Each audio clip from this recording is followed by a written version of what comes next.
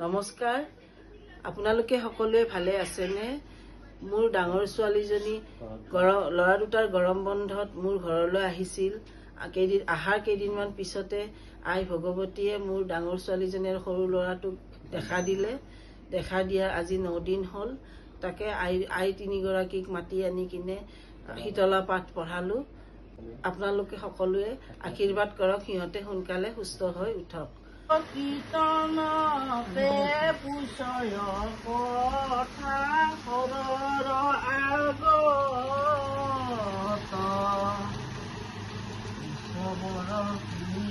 যত দুৰ্গতীয়া ৰায় অ